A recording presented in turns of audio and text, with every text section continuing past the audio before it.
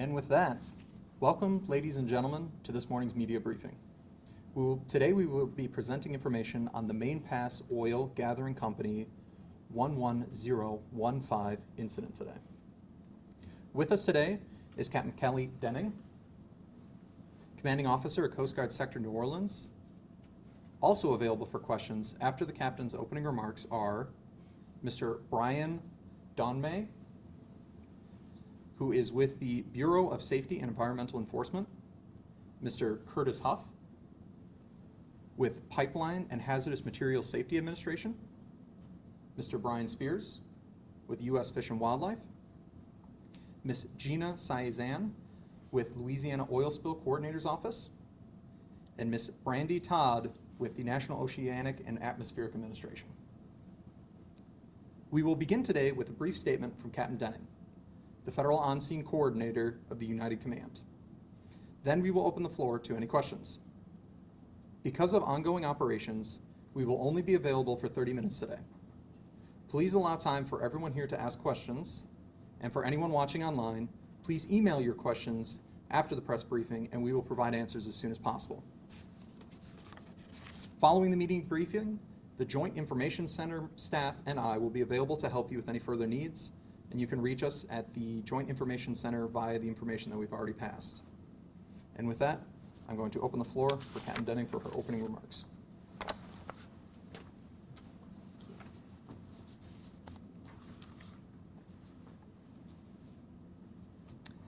Good morning, and thank you for joining us today. I'm United States Coast Guard Captain Kelly Denning, the Federal On-Scene Coordinator for the response. We are here today to provide information and answer questions regarding a discharge of oil in the Gulf of Mexico, approximately 20 miles northeast of the mouth of the Mississippi River. A unified command consisting of United States Coast Guard, the State of Louisiana Oil Spill Coordinator's Office, or LOSCO, and the responding party, Main Pass Oil Gathering Company, has been established for this response. Throughout this response, the Unified Command has been working with partner agencies from the National Oceanic and Atmospheric Administration, or NOAA, the Bureau of Safety and Environmental Enforcement, or BSEE, the Pipeline and Hazardous Materials Safety Administration, or PHMSA, the United States Fish and Wildlife Service, FWS, Louisiana Department of Environmental Quality, or LDEQ, and Louisiana Department of Wildlife and Fisheries, LDWF. I've worked alongside these partner agencies for the past few days, have seen their expertise in action, and I'm extremely grateful for their dedication to achieving our common goals of safety and protection of the environment. Between the evening hours of Wednesday, November 15th, and the morning hours of Thursday, November 16th, a pressure anomaly was detected in a pipeline operated by the Main Pass Oil Gathering Company. The pipeline was shut in by 6:30 a.m. on November 16th after an undetermined amount of oil was released from the pipeline. Initial engineering calculations indicated that a potential volume of crude oil that could have been released from the affected pipeline was 1.1 million gallons. As a result of this incident, the Unified Command was formed to ensure an effective response, including efforts not only to mitigate the impacts of the discharge of oil which had occurred, but also to determine the source and ensure it is secured as soon as possible. Since standing up the Unified Command, overflights have been continuously conducted and have observed some light sheens and small amounts of recoverable oil. These were predicted trajectories. At this time, there have been no reports of shoreline impacts. These trajectories were created by a team of NOAA oceanographers using modeling software to assist with predictions of where the oil will likely travel. They used wind data, current models, and knowledge of the local area and conditions as input to the model. NOAA then compared those predictions to the observations in the field. So far, the oil has behaved as NOAA expected, based on past spills in the region. As for the fate of the oil discharge, the NOAA science team used modeling software to assist with predictions of where the oil would likely end up in the environment. This spill occurred during a time of very strong winds with gusts up to 27 knots and very rough seas up to 12 feet.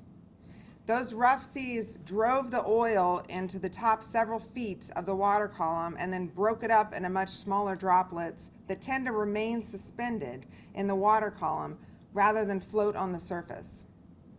The model predicted that at least 50% of the oil was likely to be mixed in the water column over the first 24 hours and then spread out over a very large area. With 27-knot winds, evaporation also played a large role in the fate of the oil.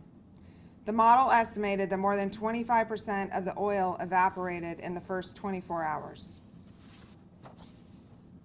NOAA science teams expect that over 75% of the oil was lost to the environment in the first 24 hours. The remaining oil would have persisted as dark patches, large sheens, and globules of emulsified oil, all of which have been observed by our response assets. Additionally, remotely operated vehicles have surveyed more than 23 miles of pipeline and in the surrounding area.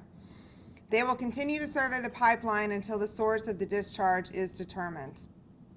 The Coast Guard continues to oversee the coordinated effort to mitigate the impact of the oil discharged. The Unified Command continues to coordinate with our federal, state, and local agencies to ensure the safety of the public, protect the environment, and respond to the incident. This concludes the Unified Command's opening comments. I will now open up the floor to any questions. You're going to call on them, right? Yes. Science Speaking newspaper. There was an initial report, I think, that I believe pipe corrosion was the likely cause, I think, to the National Response Center. Do you know if is that accurate? Is that still considered the likely cause of this? We do not know the likely cause at this time. I am going to defer to Betsy to further answer that question.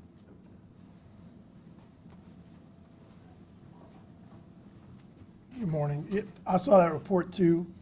At this time, could be a number of things that cause a potential rupture. So until the point source is identified and you can put eyes on it, really it's premature to determine the actual cause. Just, you mentioned those shoreline impacts, but I'm wondering if you had any wildlife impacts yet that you can report on. Right, for the wildlife impacts, I will defer to Fish and Wildlife.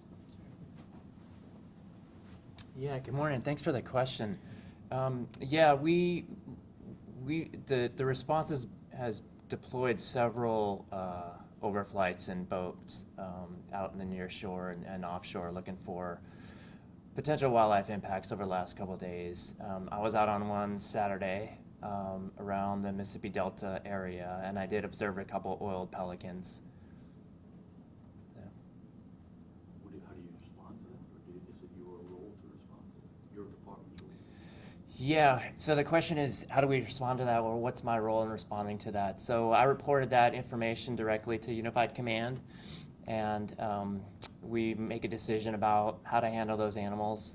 The pelicans I observed were still active, potentially capable of flying away if someone were to go and try to capture them. So, and I wasn't in position on that vessel to capture them and try to bring them in. So my role in those reports were just to provide the information to Unified Command. And then, of course, we have ongoing surveys. I think Louisiana Department of Wildlife and Fisheries is out on a boat today doing more shoreline and wildlife surveys, and they're going to report what they see back to Unified Command, and we make iterative decisions about what we're seeing and how to handle those animals. Yeah. David Hammer from WWL, Louisiana. I asked on Friday about the 1.1 million gallons that were missing from the gauges on the pipeline, or according to the gauges. Why did it take 3 days to acknowledge that data point?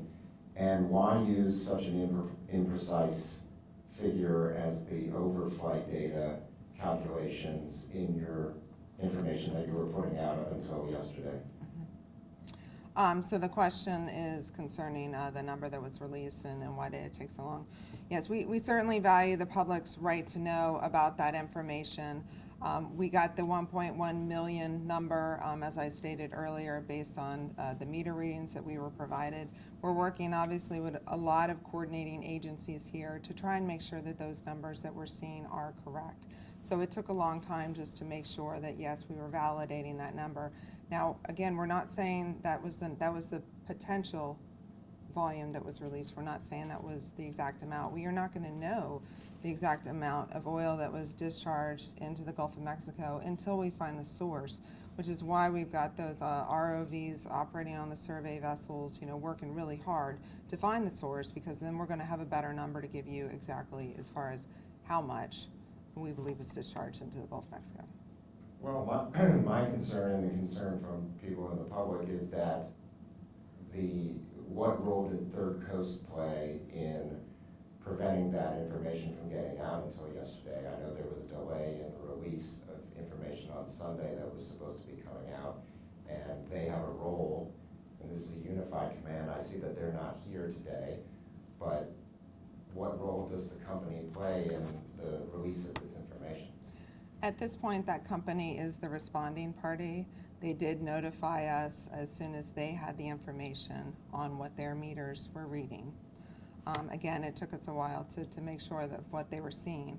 And you've heard me refer to them as a responding party, and that's because we have multiple pipeline operators in that area. We haven't found the source yet. So they responded according to their plan. They've done everything that we in the state have asked of them, but we don't know that they are, in fact, the responsible party. They're a suspected responsible party, but we won't know until we find the source, which is why we keep referring to them as the responding party.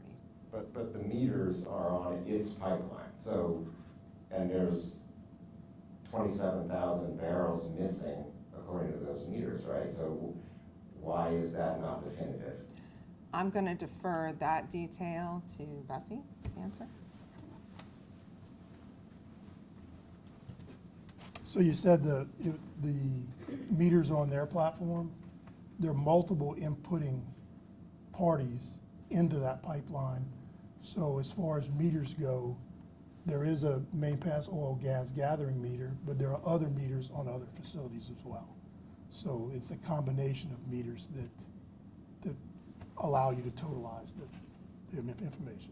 But didn't you determine that it had to be some point on that 66-mile stretch that's owned by that pipeline? When you say you, I mean, in other words, the responding party, as Captain Denning said, is the one who initially started this investigation. But until you find a point source, you won't know exactly where the oil was discharged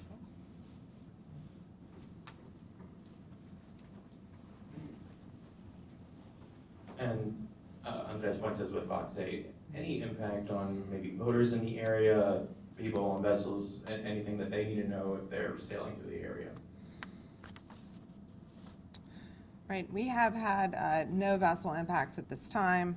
The waterway remains open to all commercial and recreational traffic, vessel traffic. And since we started the incident on Thursday, we have been putting out broadcasts to the maritime community and updating them as we have more information. So they have been notified, and we've had no reports of vessel traffic impacts. In the back. Good morning, I'm Siddiqui with WDSU News. You said the oil has behaved. Can you go into exactly what that means and what really could have gone wrong if it misbehaved? Yes, ma'am. I'm going to defer to my NOAA Scientific Support Coordinator to further talk about the oil. Good afternoon, or good morning. So that specific statement about the behavior of the oil, that is related to the chemistry of the oil. So our affiliate lab at LSU, a NOAA affiliate lab at LSU, they analyzed the oil and they found that it was a Louisiana sweet crude. We have had several responses in the past to Louisiana sweet crude, and the chemistry of that oil We're very familiar with that, and it is behaving as we would expect in the environment. The captain made very specific statements about the oil in the environmental conditions that we experienced with the high wind and the high sea state, how that would react and be changed into very, very small droplets and float within the top several feet of the water column.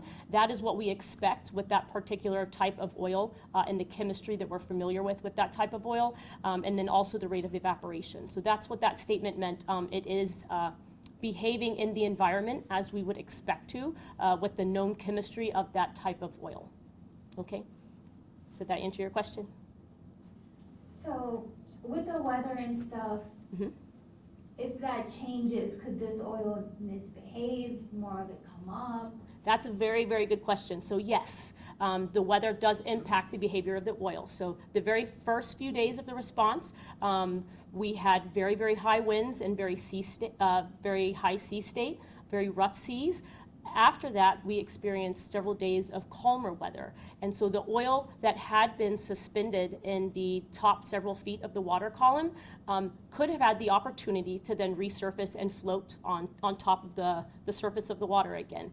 We do believe we experienced that. That would have come up as a very, very light sheen or small amounts of emulsified product or the globules, as the captain has mentioned. And we did experience that, and that was documented through overflights, also documented through NOAA satellite assessments.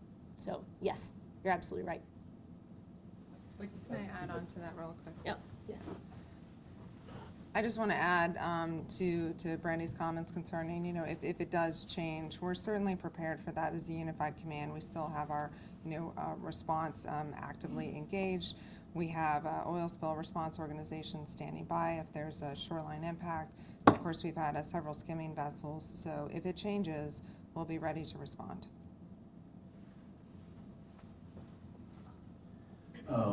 Yeah, just a couple questions on, I think on Thursday, I believe a 6 to 7 mile slip was spotted according to NOAA, I believe. But then we saw another report that the size was something like 33 miles long by 10 miles wide later, based on satellite imagery. I just wonder if you all could comment on the actual size of it. And then also there seemed to be a discrepancy. The pipe was shut in at 6:30 in the morning, but the call to the NRC, I think, wasn't until 9:10 in the morning. Can you comment on that gap, if that was the first emergency call? Sure. So I'll start with the multiple overflights that we had, and of course the data changed based on the overflights. I will pass it first to Brandy, and then I'll comment after her concerning the satellite imagery and what we were trying to gain. Could you please repeat your first question? Yeah, Sorry. the Just to make first sure one was, I I'm think giving you that- an yeah, accurate, you I'm had going off two. memory on this, but I think Thursday they were saying that the slick was about 6 to 7 miles or something. But I saw there was another report that, it said based on satellite imagery that they measured 33 miles long by 10 miles wide. And I'm not sure if we're talking about the same thing, or if you could just Yeah, explain that. absolutely. Yes, so as the captain had mentioned, NOAA is taking information from the National Weather Service and information from the field and making predictions about where that oil is going to travel through the form of, we call them oil trajectories. All right, so we have started with the trajectories from the first day of the response, actually the 16th. And we have provided that information, and then that has been confirmed through satellite images and through our satellite analysis, and then also through field observations. So we have noted that the sheen traveled from the source location to the southwest in the direction of the Louisiana Bird's Foot Delta, and then it did we'll say curve around the southern portion of the Bird's Foot, and so that was a several mile long slick that has changed. It was both dark oil on the surface of the water and sheen, so you could describe that as a slick or as a sheen in certain areas. We have noted that that has changed drastically over time. So we have noted that through the satellite imagery, as you referenced, and also through field observations, aerial overflights. And so that has started as a well-defined sheen or slick in the beginning of the response, but through the course of time, we have tracked that it has dissipated to just very, very small sections of very, very light sheen on the water. Our observations yesterday, which were the most recent, by satellite and by aerial observations, have identified the sheen to be a very, very reduced and very, very light sheen about 50 miles south of the Louisiana Bird's Foot Delta. So sorry, it was a very long answer, but we have tracked the shape of the oil and the aerial footprint through time, and it has changed significantly. Okay. So. So just so I understand, so that 10 mile by 33 mile figure that was given, is that an accurate figure? And what does that actually refer to? So that figure could either refer to an aerial image that was assessed by our NOAA satellite branch.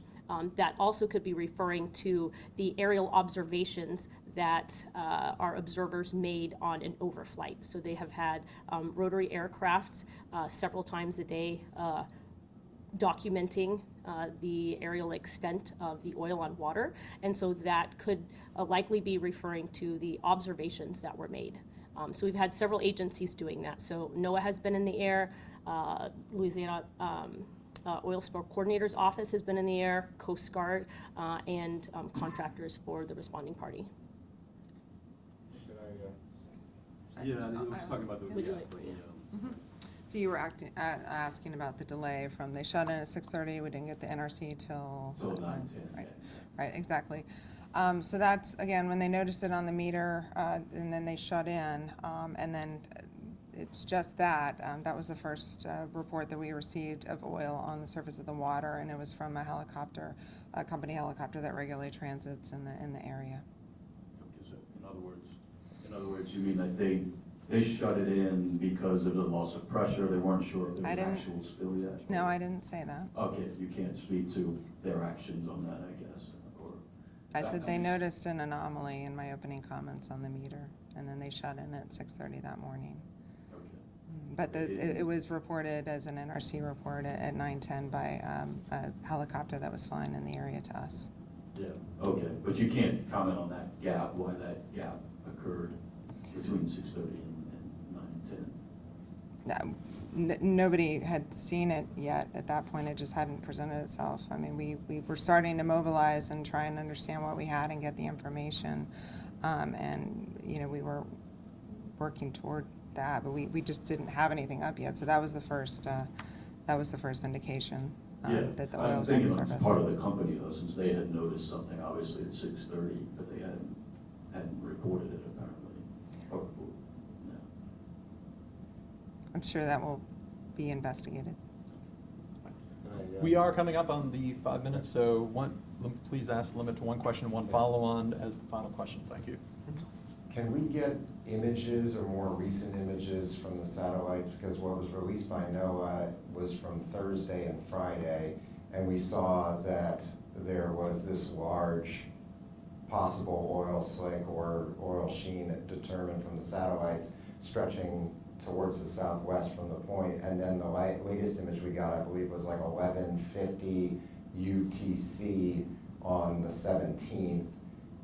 That's just spotty oil spotted back by the source. So if it's flowing to the southwest and to the south, do we get any images of what that looks like now or more recently?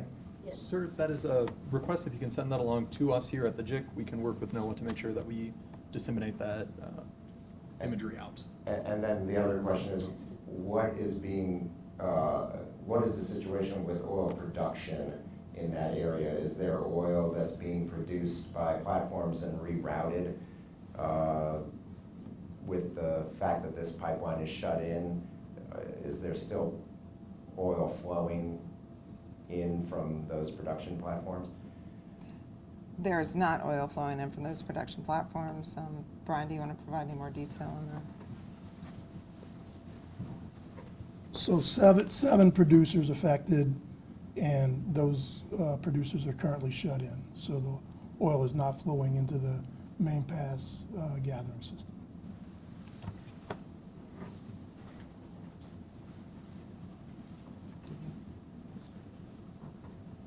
And with that, thank you very much for attending. We very much appreciate your time this morning and your patience. If you have any questions, the JIC staff and I will be here for any of those questions specifically for imagery, anything that we can provide after the fact. Thank you very much for your time this afternoon. Thank you very much for the Unified Command for coming out and speaking.